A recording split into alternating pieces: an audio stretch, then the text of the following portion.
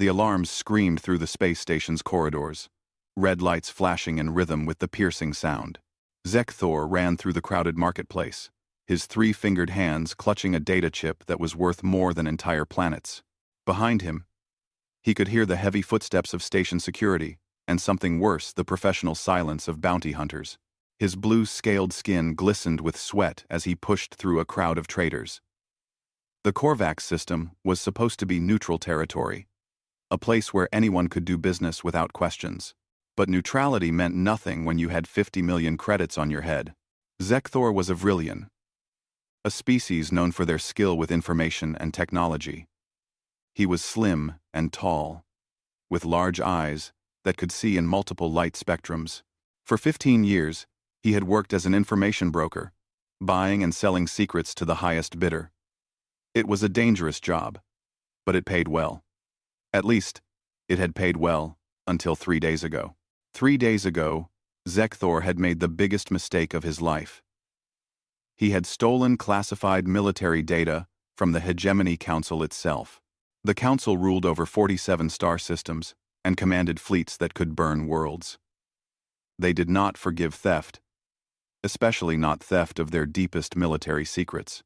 The data chip in his hand contained information about the Council's secret weapons programs, their spy networks, and evidence of war crimes they had committed against smaller civilizations.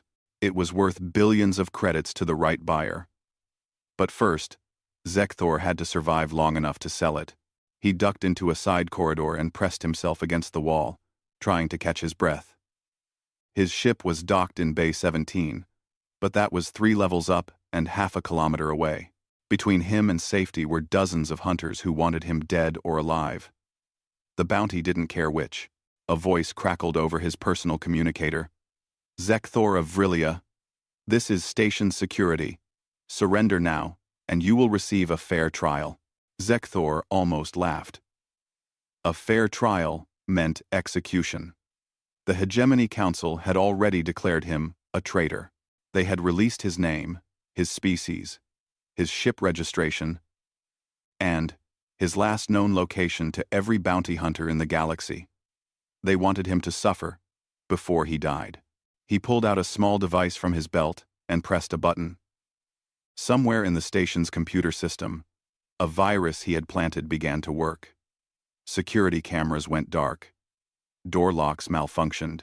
Environmental controls started reporting false emergencies.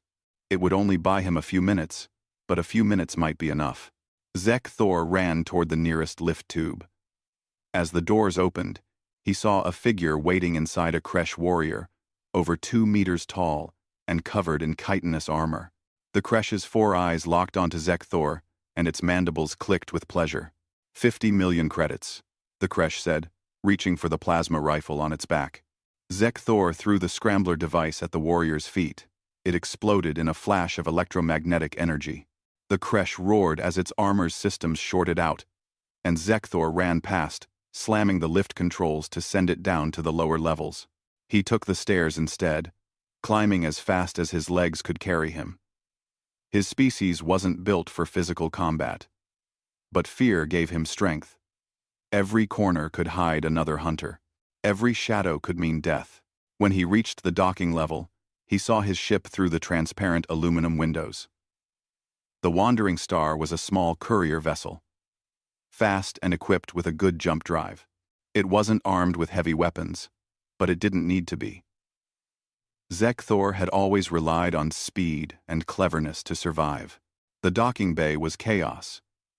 Station alarms were still blaring, and maintenance crews ran in every direction trying to respond to the false emergencies Zekthor had created. He slipped through the crowd, keeping his head down.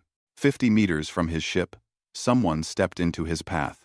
She was a Selenar, a species that looked almost human except for the silver skin and eyes that glowed with their own light.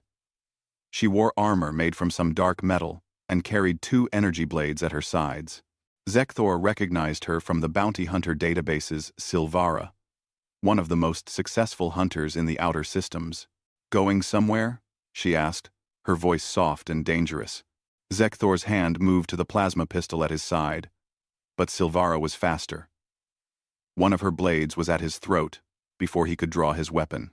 "The council wants you alive," she said, "but they'll pay almost as much for your corpse. Don't make me choose the easy option." Zekthor's mind raced. He couldn't fight her. He couldn't run. But he could talk. "The data I stole," he said quickly. "It's not just military secrets. It's evidence. Evidence of what the council did to the Trell worlds." Silvara's glowing eyes narrowed. Everyone in the galaxy had heard rumors about the Trell worlds. An entire species had disappeared overnight. Their 3 planets left as lifeless rocks. The council claimed it was a plague, but there had always been whispers of something worse. "You have proof?" Silvara asked. "Detailed records, orders, communications." "Everything." Zekthor's voice was desperate. "The council didn't just destroy the Trell. They experimented on them first. Biological weapons. They used an entire species as test subjects." For a moment, Silvara's blade moved away from his throat by a centimeter. Just a centimeter. But it was enough. Zekthor triggered the emergency release on his belt. A cloud of smoke and chemical irritants exploded between them. Silvara cursed and stumbled back, her sensitive eyes burning from the chemicals. Zekthor ran. He heard Silvara shouting behind him, calling for backup. But he didn't look back. His ship was 20 meters away. 10 meters. 5. The boarding ramp dropped as he approached, his ship's computer recognizing his biosignature. He ran up the ramp and slammed the emergency close button. The ramp pulled up just as plasma bolts started hitting the hull. "Start the engines," he shouted to the ship's computer. "Emergency departure. Authorization Zekthor Alpha 7. The ship's engines roared to life. Through the cockpit window, Zekthor could see bounty hunters running toward his ship. More plasma fire lit up the docking bay. Station security was trying to lock down the bay doors, but his virus was still working, keeping the controls scrambled. The Wandering Star lifted off its landing struts and shot forward through the bay doors just as they started to close. The ship scraped against the closing doors with a horrible screech of metal on metal. But then they were through, out into open space. "Multiple ships pursuing," the computer announced in its calm, emotionless voice. "Detecting 17 vessels on intercept courses. Weapons lock warnings from 14 targets." Zekthor threw himself into the pilot's seat and grabbed the controls. His hands moved across the console, bringing up defensive systems and plotting escape routes. The space around Korvax Station was crowded with ships, traders, passenger liners, mining vessels. He could use that. "Evasive pattern Delta," he ordered. "Head for the asteroid belt. Full speed." The ship dove toward the massive field of asteroids that surrounded the system's outer planets. Behind him, the bounty hunters followed. Zekthor's scanners showed their ships a mix of fighters, corvettes, and modified freighters. All of them were faster and better armed than his courier vessel. But Zekthor knew these asteroid fields. He had run cargo through them dozens of times, learning every major cluster and danger zone. The hunters were skilled, but this was his territory. The Wandering Star weaved between spinning rocks the size of mountains. Zekthor's hands moved constantly, making micro-adjustments to avoid collisions. Behind him, 2 hunter ships weren't as lucky. One clipped an asteroid and went spinning away, its hull breached. The other tried to follow Zekthor through a narrow gap between 3 massive rocks and misjudged the distance. The explosion lit up Zekthor's rear sensors, but 15 ships still followed. "Warning," the computer said. "Hull stress at 60%. Sustained damage to rear shielding. Port engine running hot." Zekthor ignored the warnings. He had to focus on flying. One mistake would mean death. He led the hunters deeper into the asteroid belt, into regions where the rocks were smaller but far more numerous. It was like flying through a storm of stone bullets. His ship's shields flared constantly as small rocks bounced off them. More hunters fell behind, unable to match his piloting. but the best ones stayed on his tail. Silvera was there, in her sleek fighter. So was a Krell battlecruiser and a pack of Draxon raiders flying in tight formation. "Weapons lock," the computer warned. "Incoming missiles." Zekthor pulled the ship into a spiral, using a large asteroid as cover. The missiles impacted the rock, sending fragments flying in all directions. He used the debris cloud to break line of sight with his pursuers, then pushed the engines to maximum burn. The gap between him and the hunters widened. 500 meters. 1 kilometer. 2 kilometers. But his engines were overheating. Red warning lights covered his console. The port engine was shaking, threatening to tear itself apart. "Come on," Zekthor whispered to his ship. "Just a little further." He cleared the asteroid belt and found himself in open space. His navigation computer was already calculating jump coordinates, but the jump drive needed 90 seconds to charge. That was too long. The hunters were emerging from the asteroid field. Their weapons were charging. In seconds, they would open fire, and his damaged shields wouldn't survive. Zekthor made a decision. He pointed his ship toward a nearby moon and activated the gravity assist calculation. It was a risky maneuver, using a planet's gravity to slingshot around it at high speed. If he miscalculated, he would crash into the surface. But if he succeeded, he would gain enough velocity to jump before the hunters could catch him. The wandering star dove toward the moon. Alarms screamed as the ship entered the upper atmosphere. The hull began to heat up from friction. The ship shook violently. "Hull stress at 90%, the computer reported. "Structural failure imminent." "Not yet," Zekthor growled. "Hold together." The moon's surface rushed up at him, gray and cratered. He could see mountains and valleys in terrible detail. At the last possible second, he pulled up, skimming along the surface at a height of less than 1 kilometer. The gravity pulled at his ship, accelerating it around the moon's curve. The hunters tried to follow, but they were going too fast and couldn't make the turn. Most of them pulled up to avoid crashing. 2 weren't fast enough and became craters on the moon's surface. As Zekthor completed the slingshot maneuver, his jump drive indicator turned green. "Jump drive ready," the computer announced. "Jump," Zekthor commanded. "Random coordinates. Any direction away from here." Space twisted around his ship. Reality seemed to fold in on itself, and then the stars stretched into lines. The wandering star disappeared from normal space, entering the faster-than-light corridor of jump space. Zekthor collapsed back in his chair, his whole body shaking. But he knew it wasn't over. The hunters would track him. They would find him again. 50 million credits was too much money to ignore. He needed a plan. He needed somewhere to hide, somewhere the hunters couldn't follow. He pulled up a star chart and began searching for options. As he studied the map, his eyes kept drifting to one region that was marked in red with warning symbols: human space.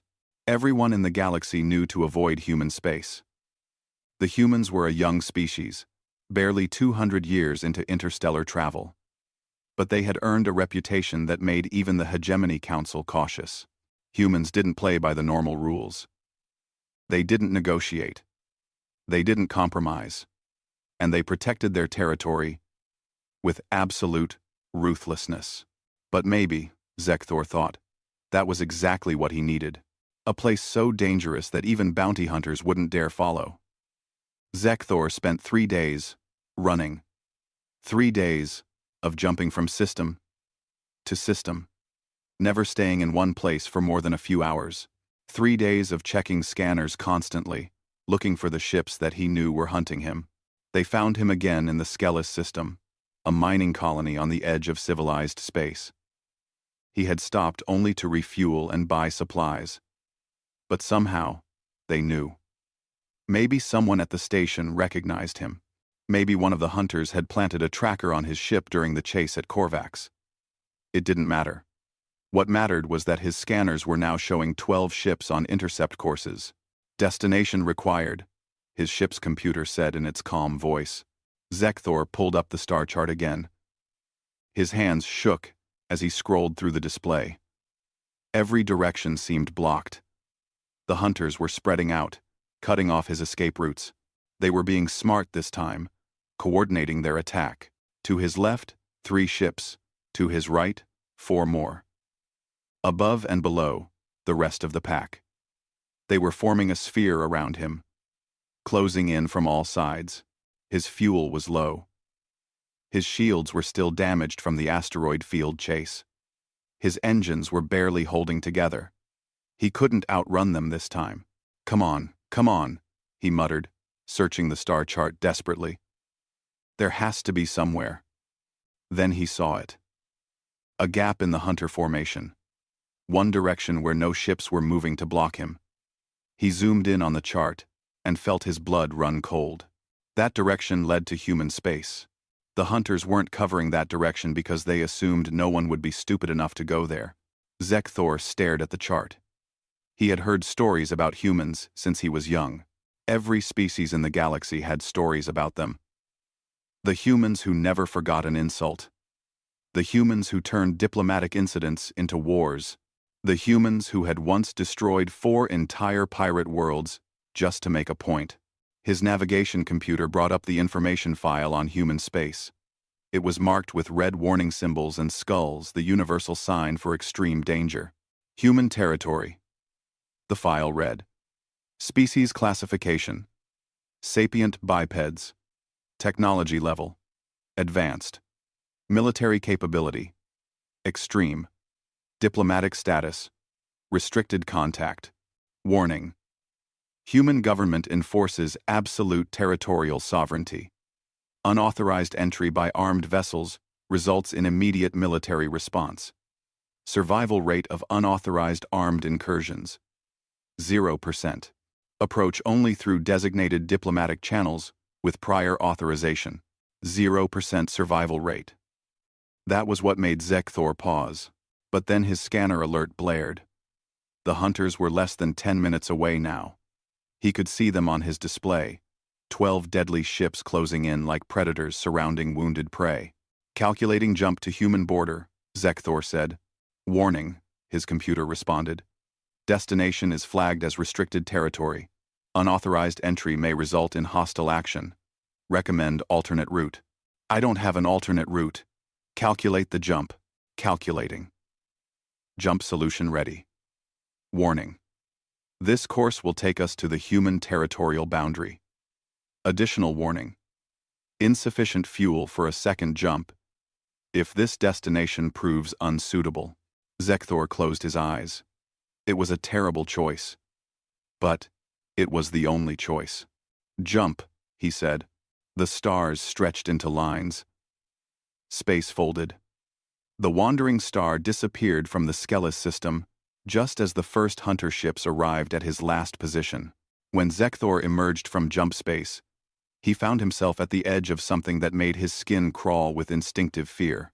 The border of human space was marked by hundreds of automated buoys, each one broadcasting warnings in 47 different languages. Zekthor's computer picked up the transmission and displayed it on his screen. Warning. You are approaching the territorial space of the Human Stellar Alliance. All vessels must receive authorization before crossing this boundary. Unauthorized entry by armed vessels will be treated as an act of war. Unauthorized entry by unarmed vessels will result in immediate detention. To request authorization, proceed to designated diplomatic channel Alpha 7 and submit proper documentation. Response time to authorization requests: 72 hours. This is your only warning. The message repeated over and over, in every language, from every buoy. There must have been thousands of the buoys, forming a wall of warnings around the entire human territory. Zekthor had never seen anything like it. Most species marked their borders with simple beacons. The humans had created a barrier of automated sentinels, each one presumably equipped with sensors and weapons. Beyond the buoys, Zekthor could see nothing unusual. Just normal space. Stars in the distance, the usual darkness. But the sensors on his ship were picking up something strange. Energy signatures. Lots of them. His computer couldn't identify what they were, but they were there, waiting beyond the boundary. Detecting multiple vessels emerging from jump space, his computer announced. Behind us. Distance. 2 million kilometers and closing. The hunters had followed him. Of course they had. They had probably calculated his most likely escape route. The moment he jumped, Zekthor pulled up his rear sensors. 12 ships. No. More were arriving. 15. 18. 20. More hunters had joined the pack, drawn by the enormous bounty. They were spreading out again, moving to surround him. But this time, they were moving slowly, carefully. They had seen where he was. They knew he was at the human border. Zekthor's communicator crackled to life. Multiple incoming transmissions from the hunter ships. He accepted one. A face appeared on his screen, a Krell, with thick scaled skin and small eyes that glittered with intelligence. Zekthor, the Krell said. This is Commander Rax of the Crimson Talon. I'm speaking for the hunting pack. We have you surrounded. You can't run anymore. Power down your engines and prepare to be boarded. You'll kill me, Zekthor said. The Council wants you alive, Rax replied. We'll honor that. You have my word. Road. Zekthor almost laughed. The word of a bounty hunter meant nothing. But he knew Rax was probably telling the truth about keeping him alive. The Council would want to interrogate him before execution. They would want to know who he had talked to, who might have copies of the data. I need time to think, Zekthor said. You have 5 minutes, Rax said. Then we start shooting. The transmission ended. Zekthor looked at his screens. Behind him, 20 hunter ships, all with weapons charged and ready. In front of him, the human border, with its wall of warning buoys and unknown dangers beyond. 5 minutes to decide between certain death and probable death. His hands moved to the controls. The decision was already made. Really. He had known it would come to this from the moment he saw the gap in the hunter formation. Computer. Plot a course across the human border. Best speed. 9. 9 mine. 9. Warning. This action violates. I know. Do it anyway. The ship's engines fired. The wandering star accelerated toward the line of buoys. Immediately, every communication channel exploded with noise. He's running for human space, someone shouted. Cut him off. Block his approach. But none of the hunter ships moved forward. They accelerated to keep pace with Zekthor, but they stayed behind him, maintaining their distance from the border. Zekthor's ship crossed the line marked by the buoys, and every single hunter ship stopped. Zekthor watched his rear sensors in disbelief. 20 ships, all of them just stopping. They held position exactly at the border, not 1 meter past the buoy line. What? He whispered. His communicator lit up again. Multiple incoming transmissions. He opened a general channel and was immediately hit with a wall of sound. The hunters were all talking at once, shouting, arguing. Not going in there? 50 million credits? Are you insane? It's not worth it. Remember what happened to the Corsair fleet. Rax's voice cut through the chaos. All ships, maintain position. Do not cross the border. Zekthor opened a direct channel to Rax. What's going on? Why did you stop? Rax's face appeared on the screen again. The Krell's expression was unreadable, but there was something in his eyes. Something that looked almost like fear. You just crossed into human space, Rax said quietly. The bounty on your head isn't worth following you there. What do you mean? It's 50 million credits. No amount of credits is worth what the humans will do if we cross that line armed and unauthorized, Rax said. He glanced at something off-screen, then looked back at Zekthor. You don't understand what you've just done. You think you're safe now. You're not. You've just made things worse for yourself. Worse? How could things possibly be worse than 20 bounty hunters trying to kill me? Worse. Rax was quiet for a long moment. Then he said, "Good luck, Zekthor. You're going to need it." The transmission ended. Zekthor sat in his pilot chair, staring at his screens. Behind him, the entire hunter fleet was just sitting there, not pursuing, not attacking, just watching him fly deeper into human space. Another transmission came through. This one was from a ship. Zekthor recognized Silvara's fighter. "You stupid fool," Silvara said when he accepted the transmission. Her silver face was tight with anger. "Do you have any idea what you've done?" "I survived," Zekthor said. "That's all that matters." "No. You've traded one death sentence for another." Silvara shook her head. "We can't follow you into human space. The humans have standing orders to destroy any armed vessel that crosses their border without authorization. And they don't just destroy the ship. They track down where it came from. They hunt down the ship's organization. They make examples." "You're exaggerating," Zekthor said, but his voice was uncertain. 30 years ago, a pirate fleet raided a small human mining colony," Silvara said. "Just one colony. Maybe 5,000 people. The pirates killed about 100 humans and stole cargo worth a few million credits." Zekthor didn't answer. The humans didn't just hunt down that pirate fleet. They found the pirates' home bases. 4 worlds. 4 entire worlds where the pirates had families, where they had built cities and stations and settlements. The humans gave them one warning, one chance to surrender every single pirate who had participated in the raid. Silvara's glowing eyes were bright with remembered fear. The pirates laughed at them. They thought the humans were bluffing. "What happened?" Zekthor asked. Though part of him didn't want to know. The humans sent their fleet. They didn't negotiate. They didn't make threats. They just arrived and started firing.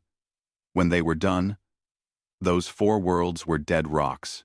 Every station destroyed. Every ship atomized. Millions dead. The humans broadcast the footage across the entire galaxy with one message. "This is what happens when you harm our people." One message. One message. Zekthor felt cold. That's genocide. That's humans," Silvara said. "They don't start fights. But they finish them. Always. And they never, ever forget." She leaned closer to her camera. "Every bounty hunter in this fleet knows that story. Every one of us knows what will happen if we cross that border. The humans will destroy us. Then, they'll track down our home bases. Then they'll track down our families. They'll burn everything we ever built. Everyone we ever cared about. Just to make a point." "You're trying to scare me," Zekthor said. "I'm trying to warn you," Silvara replied. "We can't follow you into human space, but the humans are going to find you, and when they do..." She trailed off, then said quietly, "The bounty is still active. If you somehow survive and come back out, we'll be waiting. But honestly, I don't think we'll ever see you again." The transmission ended. Zekthor sat alone in his cockpit, surrounded by warnings and sensor displays showing him alone in the vast darkness of human space. Behind him, the fleet of hunters sat at the border, unwilling to cross a simple, invisible line. And ahead of him, somewhere in the darkness, were the humans. He had thought he was escaping death by coming here. Now he was starting to realize he might have just flown straight into it. The hunter fleet remained at the human border for 6 hours. 20 ships, all powered up and armed, all just sitting in space and staring at the boundary line as if it were made of solid steel instead of empty space. Inside the Crimson Talon, Commander Rax stood in his command center, watching the long-range sensors. Zekthor's ship had disappeared from their screens hours ago, swallowed up by the vast darkness of human territory. "Sir," his tactical officer said, "we're receiving messages from other ships. They're asking for orders." Rax didn't respond immediately. He was thinking about 50 million credits. That was enough money to retire, enough to buy a small moon and live in luxury for the rest of his life. All he had to do was cross an invisible line and capture one small courier ship with one frightened information broker inside. "Sir?" the tactical officer prompted. "Stand down," Rax said quietly. "We're not going in." "But the bounty—" "I said stand down." Rax's voice was sharp. He took a breath and continued more calmly. "Send a message to the other ships. The hunt is over. Anyone who wants to wait here on the chance that Zekthor comes back out, that's their choice. But we're not crossing that line." The tactical officer hesitated. "Sir, with respect, we've crossed into restricted territories before. The Vax Nebula, the contested zone, even the edge of Council military space, that one time. Why is this different?" Rax turned to look at his officer. The young Krell had only been with his crew for 2 years. He was skilled and brave, but he hadn't been around long enough to learn which lines you never crossed. "Pull up the ship database," Rax said. "Search for the Corsair fleet." The officer's claws moved across his console. "Corsair Fleet, independent pirate organization. Operated in the outer systems between." "Wait." The officer's eyes widened as he read further. "It says they were destroyed. Total loss of all vessels and personnel. 43 ships and over 12,000 individuals.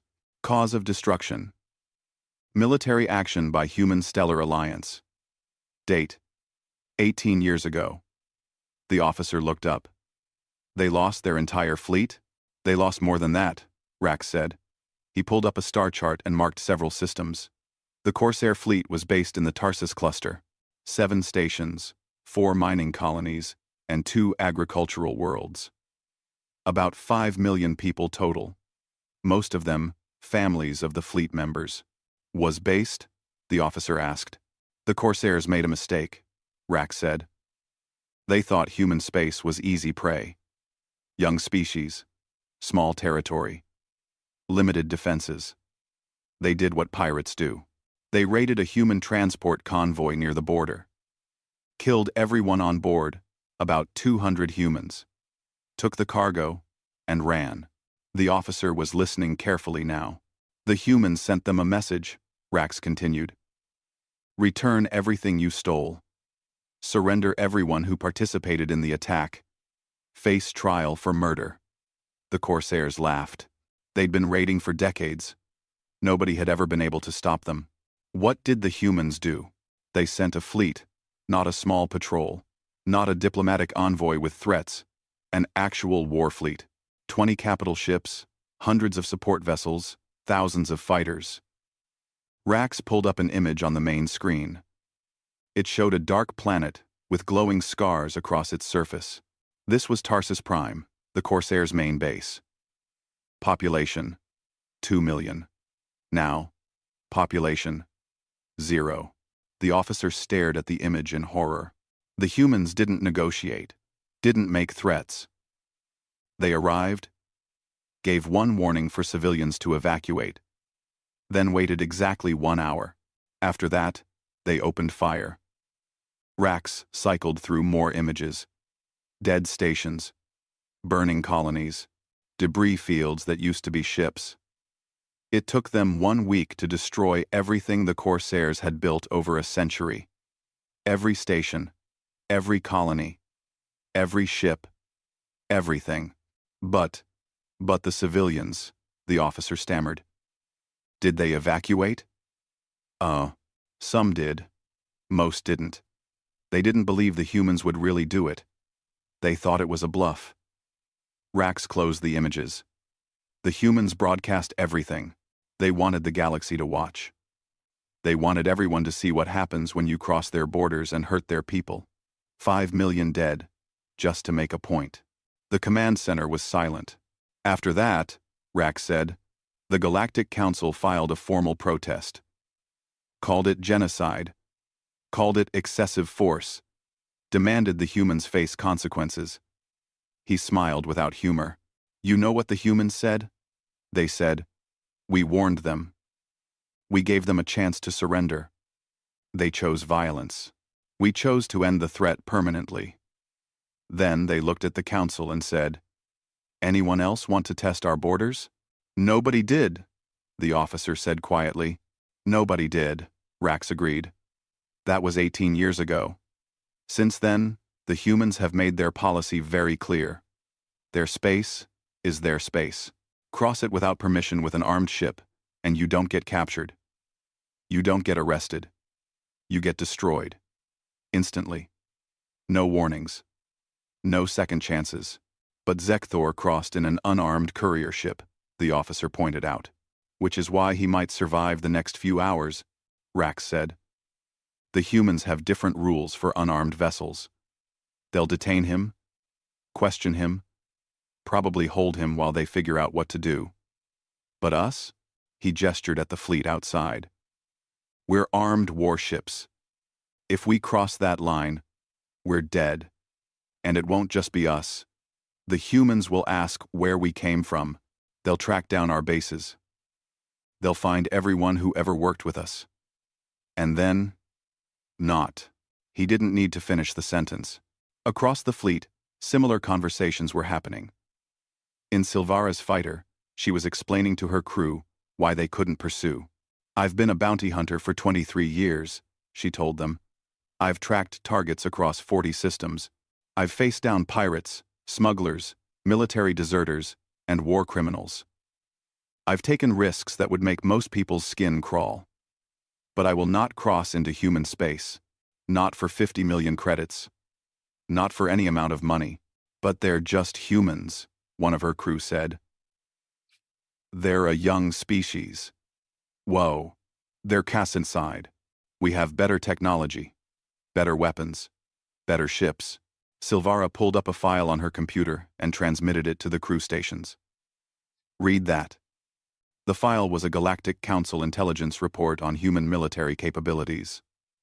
Her crew read in silence, their expressions changing as they went through the document. This says humans have a concept called mutually assured destruction. One crew member said slowly. They built enough weapons to destroy their own planet dozens of times over. They pointed those weapons at each other. They came within minutes of actually using them, multiple times. They almost destroyed themselves before they even reached space, Silvara confirmed.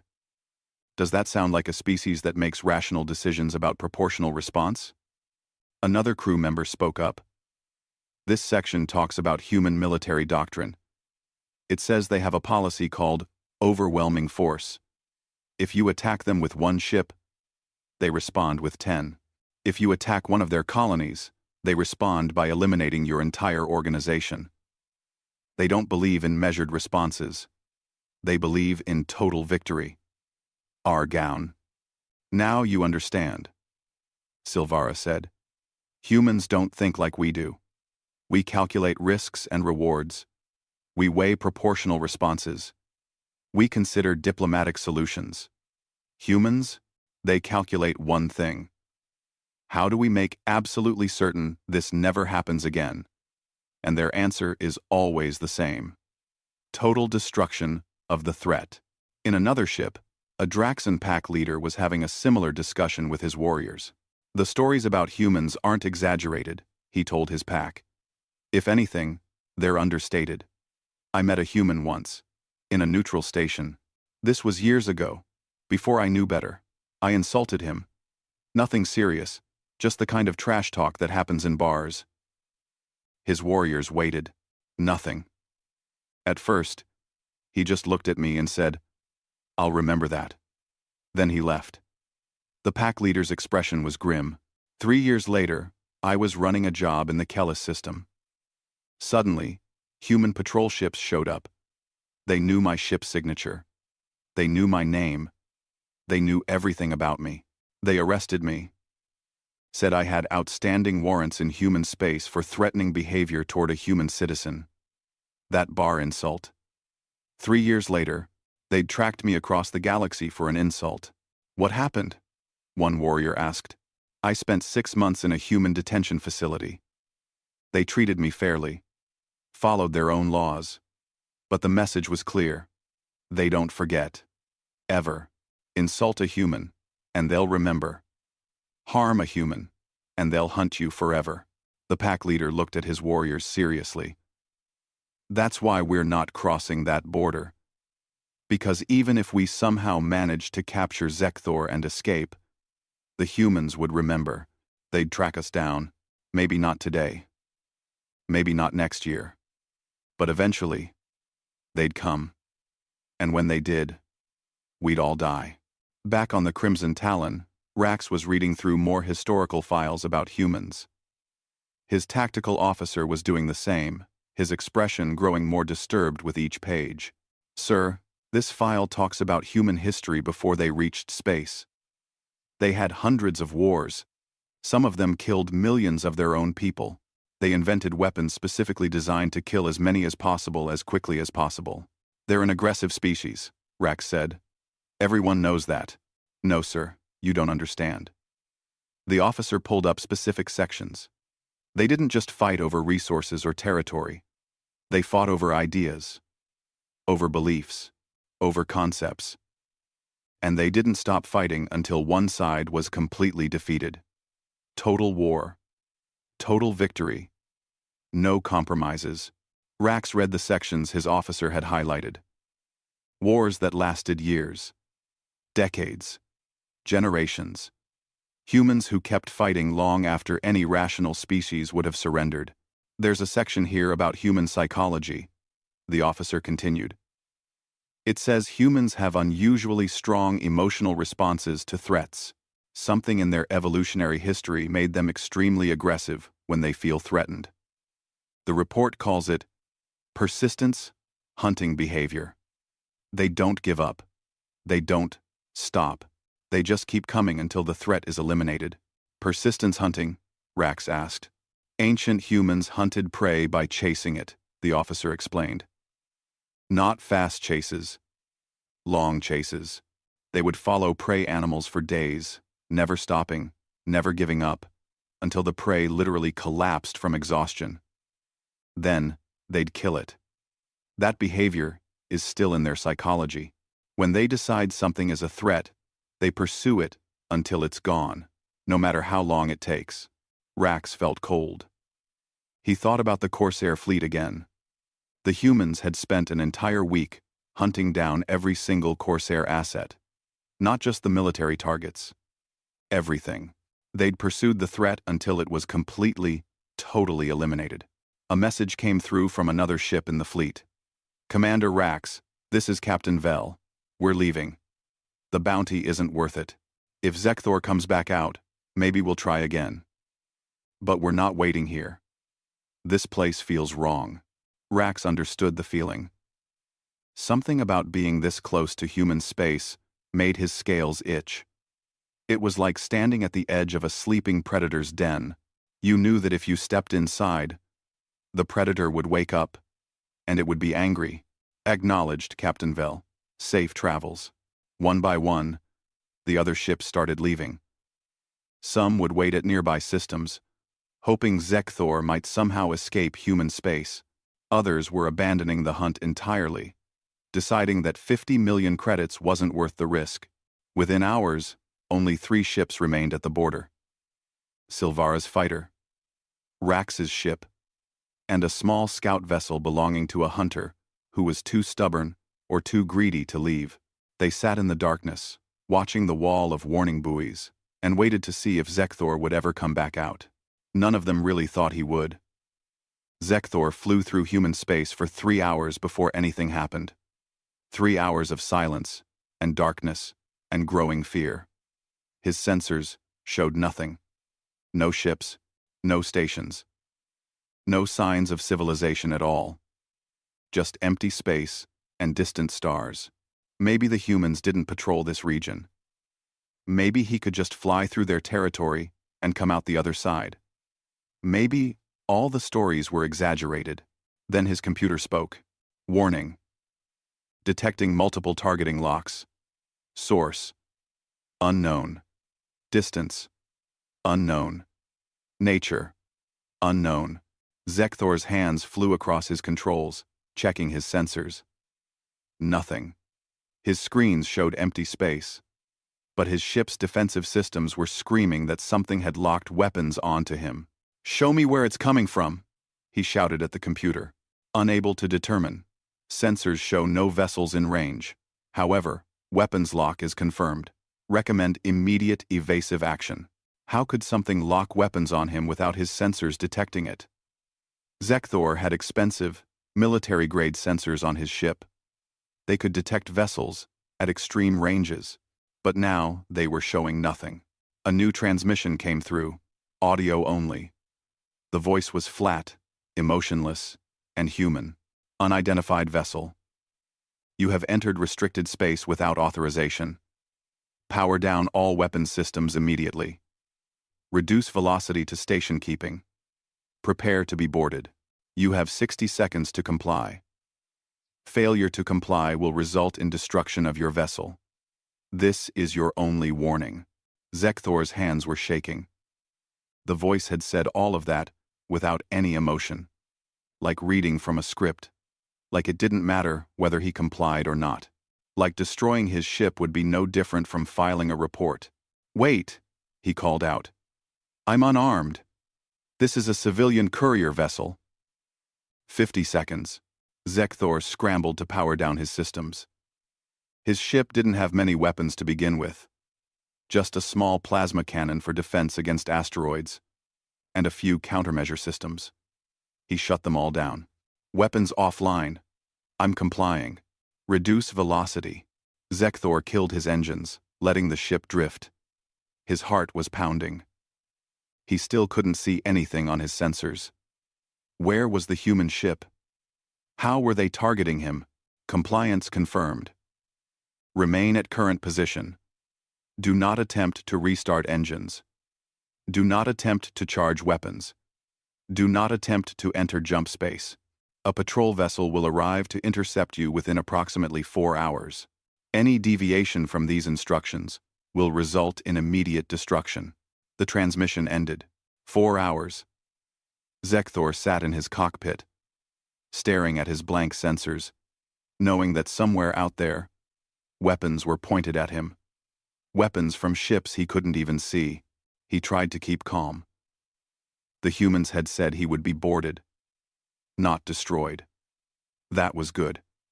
That meant they at least followed some kind of procedure for unarmed vessels.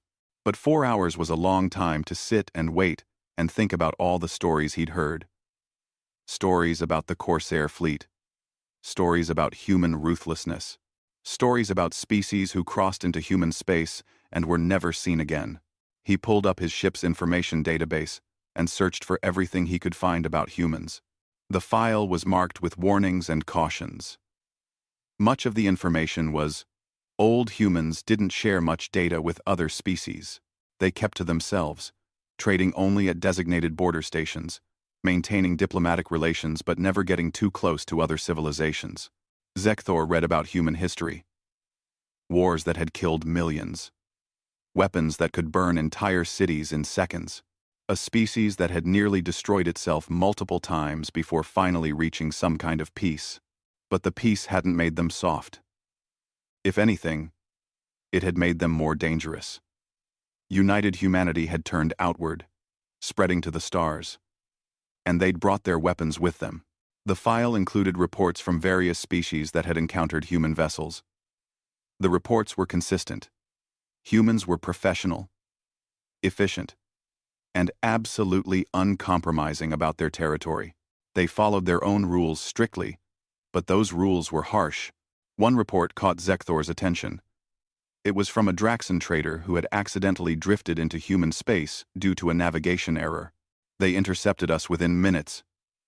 The report read, "We couldn't even see their ships on our sensors until they were right next to us. They boarded us immediately." The human soldiers were polite but firm. They checked every cargo container. They scanned every computer system. They questioned every crew member. When they were satisfied we were actually traders and not a threat, they escorted us back to the border. The whole process took 6 hours. They didn't hurt anyone. But the message was clear. They were in complete control.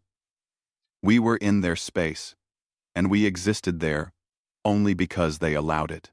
6 hours of interrogation and searching for an accidental border crossing.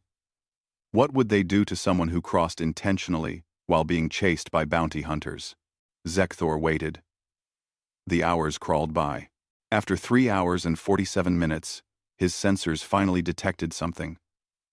A ship appearing on his display as if materializing from nothing. One moment, empty space. The next moment, a vessel. It was sleek and dark, covered in angles that seemed designed to absorb sensor scans. That was how they'd hidden from his sensors. Stealth technology. The other species in the galaxy had stealth ships, but nothing like this. This was complete invisibility until the humans decided to reveal themselves. The ship was small, about the size of a corvette. But Zekthor could see weapons mounted all over it. Missile tubes, energy cannons, point defense systems. It looked like someone had taken a ship and covered every available surface with weapons. A new transmission came through, this time with video. A human face appeared on Zekthor's screen. Zekthor had seen humans before in videos and images, but never this close. The human was male, with dark skin and black hair cut very short. His eyes were brown and intense. He wore a dark uniform with insignia that Zekthor didn't recognize. "I am Lieutenant Commander Hayes, of the Human Defense Space Vessel Resolute," the human said. His voice was calm but carried an edge of authority. "You are in violation of Human Stellar Alliance territorial law. State your species, identity, and reason for entering restricted space." "I am Zekthor of Vrilia," Zekthor said quickly. "I'm an information broker. I entered your space because I was being pursued by bounty hunters. I had nowhere else to go." Hayes' expression didn't change. "You entered human space to escape pursuers." "Yes. I'm sorry. I know I wasn't authorized, but they were going to kill me. Stand by." The transmission went silent, but the video feed remained active. Zekthor could see Hayes looking at something off-screen, reading information on displays that Zekthor couldn't see. The human's face was unreadable. After a minute, Hayes looked back at the camera. "Our sensors detected a fleet of 20 vessels at our border approximately 4 hours ago. Those vessels remain at the border, but have not crossed. We assess those to be your pursuers." "Confirmed?" "Yes. 20 bounty hunters." "Nature of bounty?" Zekthor hesitated. Should he tell the truth? Would the humans care about data theft from the Hegemony Council? "I asked a question," Hayes said. His voice hadn't gotten louder or angrier, but something about it made Zekthor's skin go cold. 50 million credits. The Hegemony Council put the bounty on me. I stole classified data from them. What data? Military secrets. Information about their weapons programs. And evidence. Evidence of war crimes. For the first time, Hayes' expression changed slightly. His eyes narrowed just a fraction. "Explain." "The Hegemony Council destroyed 3 worlds belonging to a species called the Trell. They claimed it was a plague, but I have evidence it was deliberate. They tested biological weapons on the entire Trell species. Then they destroyed the worlds to cover it up." Hayes was quiet for several seconds. "You have proof of this?" "Yes. Complete records, communications, orders, everything." "Stand by." The transmission went dark. Zekthor sat in his cockpit, alone with his thoughts. He'd just told a human military officer that he was a data thief, with evidence of genocide. He had no idea how the humans would respond. 10 minutes passed. 20. Half an hour. Then the transmission reopened. Hayes' face appeared again. "You will be taken to Station Gamma 7 for processing," Hayes said. "Power down all systems except life support. We will tow your vessel. Do not attempt to resist or deviate. Any resistance will be met with immediate force." "I understand," Zekthor said. "One more thing," Hayes added. "Our computers have accessed your ship's navigational logs. We know where you've been, who you've met with, and every transmission you've sent in the last 30 days. We know about your pursuers, their ship signatures, and their organizational affiliations. This information has been forwarded to our command structure. Zekthor felt his blood run cold. They'd hacked his ship. Completely. They'd bypassed all his security systems, like they weren't even there.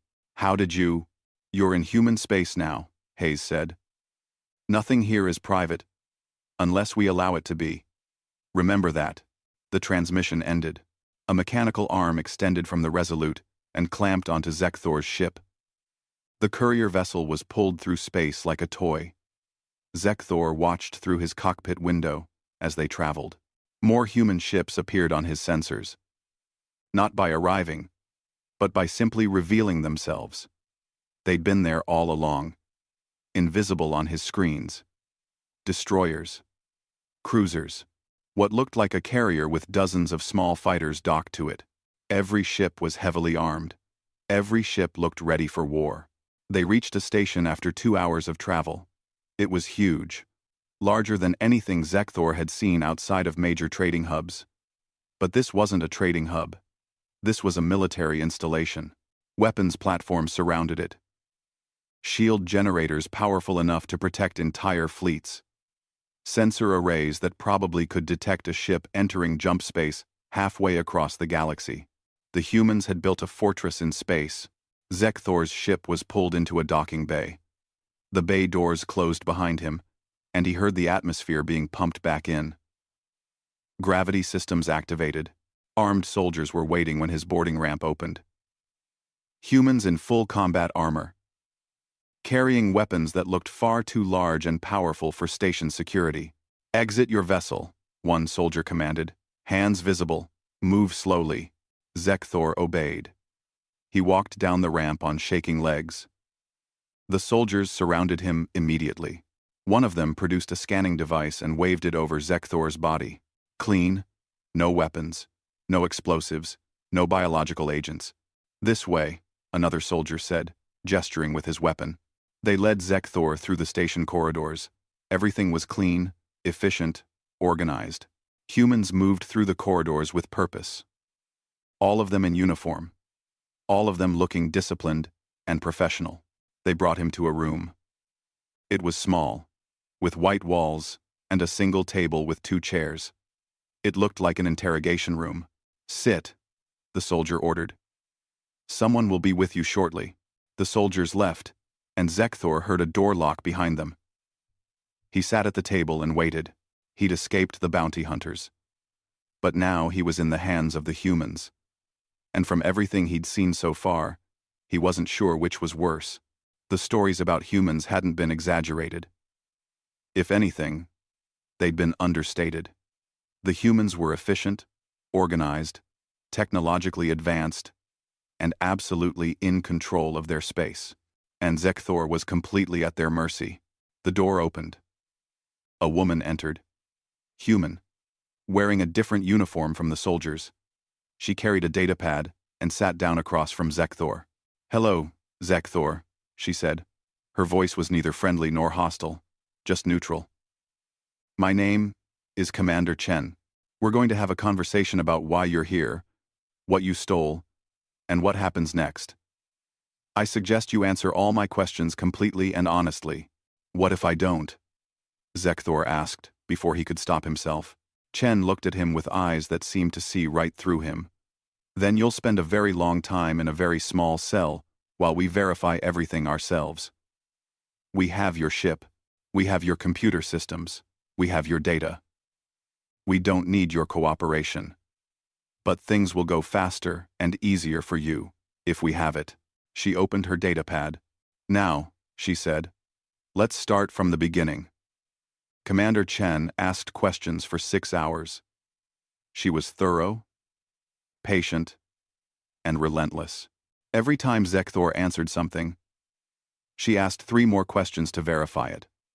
She cross-referenced everything he said with data they'd pulled from his ship's computers.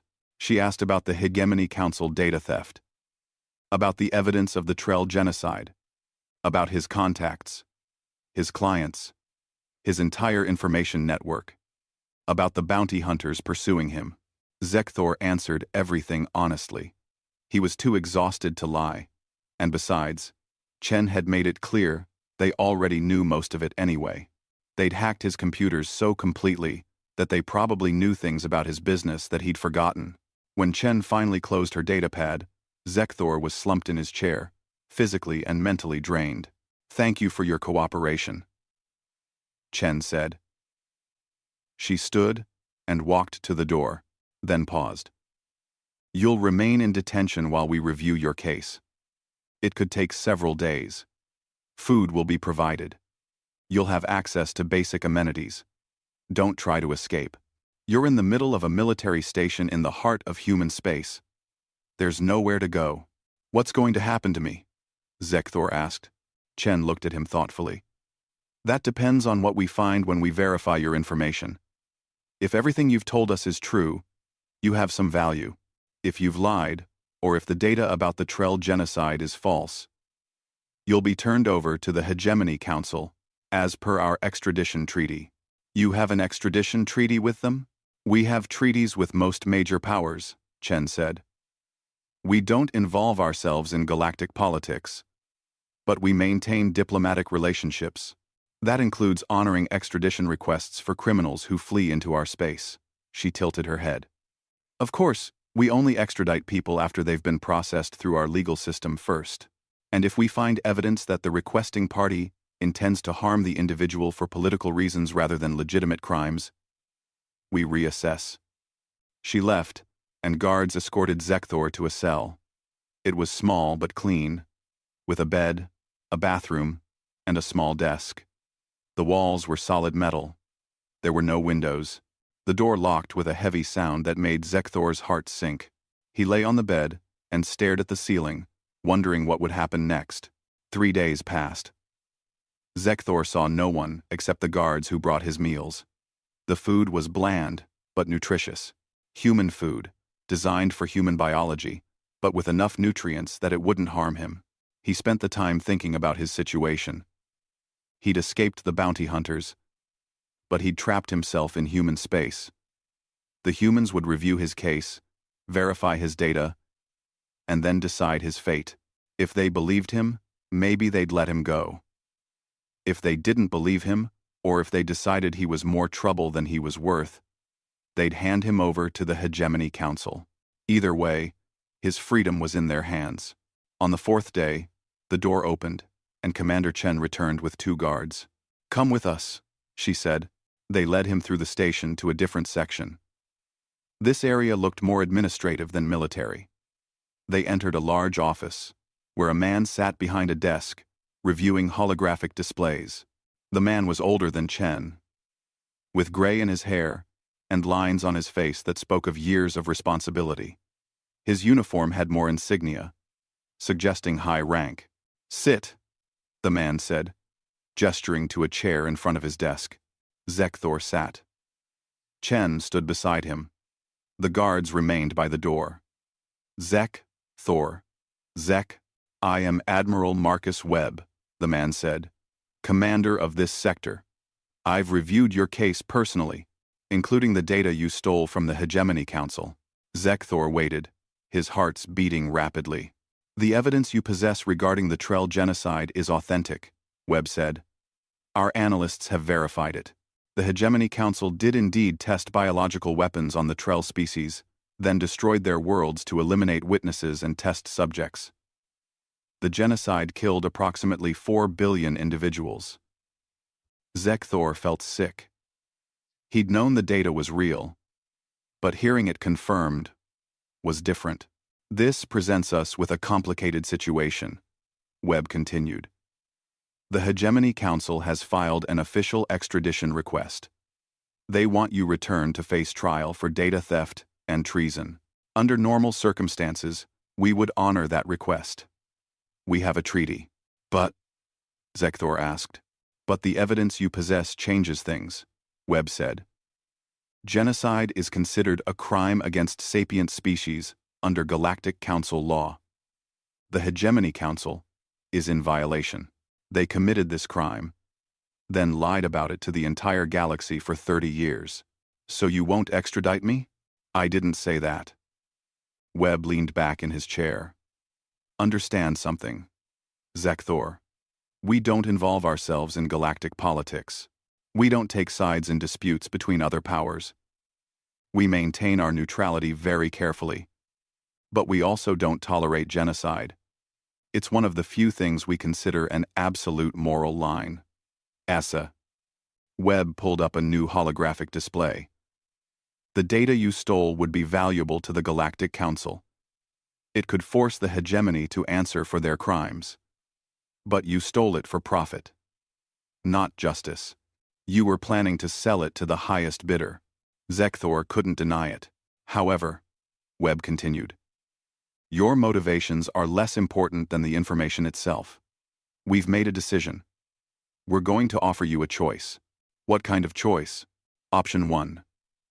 We honor the extradition request. You go back to the Hegemony Council. You face their justice system. Based on what we know of their courts, you'll be convicted and executed. Zekthor's skin went pale. Option 2. You cooperate with us. You testify before the Galactic Council about what you found. You provide all the evidence you have. You help expose the genocide. In exchange, we grant you protected status within human space. The Hegemony Council can't touch you here. No one can. You want me to testify against the Council? Zekthor asked. They'll try to kill me. They're already trying to kill you, Webb pointed out. The difference is that under our protection, they won't succeed. We don't take half measures with security. If we say you're protected, you're protected. Anyone who tries to harm you in human space will face the full weight of our military. Zekthor thought about it. Testifying against the Hegemony Council would make him a permanent target. But staying under human protection meant living in human space, surrounded by a species that terrified half the galaxy. Why do you care? He asked. Why does it matter to you what happened to the Trell? Webb's expression hardened. Because humans know what genocide looks like. We've committed it against each other in our own history. We know the horror of it. We know the cost. And we decided, as a unified species, that we would never allow it to happen again. Not to us, and not to others, if we could prevent it. He leaned forward. The Trell can't speak for themselves. They're all dead. But their evidence can speak for them. And you're the one who has that evidence. So I'm asking you, what do you want to do with it? Zekthor thought about the 4 billion Trell who had died. He thought about the Hegemony Council, comfortable and secure in their power, confident they would never face consequences for what they'd done. He thought about the bounty hunters waiting at the border, and about how the humans had made them all stop with nothing but reputation and resolve. I'll testify, he said. Webb nodded. Good. Commander Chen will handle the arrangements. You'll be given quarters on this station. You'll work with our legal team to prepare testimony. When the time comes, we'll transport you to the Galactic Council headquarters with full security. And after the testimony? Zekthor asked. What happens to me then? That depends on you, Webb said. If you want to stay in human space, we'll arrange something. Work, residence, protection. If you want to leave, we'll make sure you have the resources to disappear somewhere safe. We don't imprison people for helping us. Zekthor. We're not the Hegemony Council. The meeting ended, and Chen escorted Zekthor to a different part of the station. These quarters were much nicer than the cell. A small apartment with a bedroom, bathroom, living space, and even a window looking out at the stars. You'll have limited access to the station, Chen said. Certain areas are restricted. Guards will accompany you anywhere outside this section. Consider it protective custody, rather than imprisonment. What about the bounty hunters? Zekthor asked. The ones waiting at the border? Chen smiled slightly. Let me show you something. She pulled up a screen and showed him a recorded transmission. It was footage from the border, from human sensors watching the bounty hunter fleet. In the recording, the 3 ships that had remained at the border were sitting in space, waiting. Then, a human patrol vessel appeared, decloaking right in front of them. The patrol ship broadcast a message. Attention unidentified vessels. You are within sensor range of human territorial space. Your continued presence suggests hostile intent. You have 1 hour to leave this region. If you remain, you will be classified as a threat to human security and dealt with accordingly. The bounty hunter ships immediately powered up and left, jumping away as fast as their drives could manage. They learned their lesson, Chen said. Don't wait at our borders with weapons ready. Don't loiter near our space. And definitely don't come inside. She showed him another piece of footage. This one was from 3 days ago. A single ship had crossed the border, a small, fast vessel that tried to use stealth to slip past human sensors. It had lasted 30 seconds before human defense systems detected it and destroyed it. The explosion was brief and absolute. That was a bounty hunter, Chen said. Got greedy. Thought he could sneak across, grab you, and leave before we noticed. He was wrong. Zekthor watched the explosion loop on the screen. You didn't warn him. We warned all of them when they approached our border, Chen said. The warning buoys make it very clear. Unauthorized armed vessels will be destroyed. No exceptions. He chose to cross anyway. That was his decision. She turned off the screen. The other hunters got the message. They've all left. The bounty is still active, but no one's willing to enter human space to collect it. You're safe here. Over the following weeks, Zekthor worked with human legal experts to prepare his testimony. They were thorough and professional, treating the case with the seriousness it deserved. They organized the evidence, verified every piece of data, and built an ironclad case against the Hegemony Council.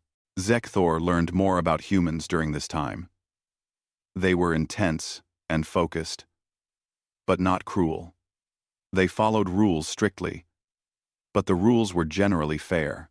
They were cautious with outsiders, but once they decided to trust someone, they protected them completely. He also learned why other species feared them. It wasn't just their weapons or their technology, it was their mindset. Humans had learned hard lessons from their own violent history. They'd nearly destroyed themselves multiple times. They'd committed atrocities against their own people, and from those experiences, they'd developed an absolute refusal to be victims again. They would never let another species do to them what they had done to each other. They would never allow their people to be attacked without responding with overwhelming force. It wasn't cruelty. It was a survival instinct, hardened by centuries of war and suffering. The day came for Zekthor to testify. Human security transported him to the Galactic Council headquarters in a convoy of warships. The Hegemony Council protested, calling it an invasion. The humans ignored them. Zekthor stood before the Galactic Council and told them everything. He presented the evidence. He showed them the communications, the orders, the detailed records of biological weapons tests. He showed them what the Hegemony Council had done to the Trell. The council representatives listened in horror. The evidence was undeniable. The Hegemony Council tried to discredit Zekthor. They called him a thief and a traitor. But they couldn't discredit the evidence itself. It was all verified, authenticated, and absolute. The Galactic Council voted to investigate. It would take years, probably, to bring actual justice. Galactic bureaucracy moved slowly, but the truth was out now. The Hegemony Council would face consequences. After the testimony, human ships took Zekthor back to their space. Admiral Webb met with him one final time. You did well, Webb said. The Hegemony Council will face investigation and probably sanctions. It's not perfect justice, but it's better than silence. What happens to me now? Zekthor asked. That's up to you. We've arranged several options. You can stay here, work as a consultant on xenocultural matters. You can relocate to one of our civilian systems and start a new life. Or we can give you a new identity and resources to disappear into the outer systems. Zekthor thought about it. He'd spent his whole life running, hiding, dealing in secrets. Maybe it was time for something different. I'd like to stay, he said, if that's allowed. It's allowed, Webb said. Welcome to human space, Zekthor. Try not to break any more laws. Months passed. Zekthor settled into his new life on Station Gamma 7. He worked as a consultant, helping human intelligence understand information networks in other species' territories. It was similar to his old work, but legal and without the constant fear. He made friends with some of the humans on the station. He learned their customs, their humor, their way of seeing the universe. They were strange, these humans, but not monsters. One day, he was having a meal in the station cafeteria when a young human officer sat down across from him. "You're the guy who testified against the Hegemony Council," the officer said. "Yes," Zekthor replied. "That took guts. Half the galaxy is scared of the Council." "I was more scared of staying silent," Zekthor admitted. The officer nodded. "You know why they call our species aggressive, right? Why other species fear us." Zekthor thought about the Corsair fleet. About the destruction of 4 worlds.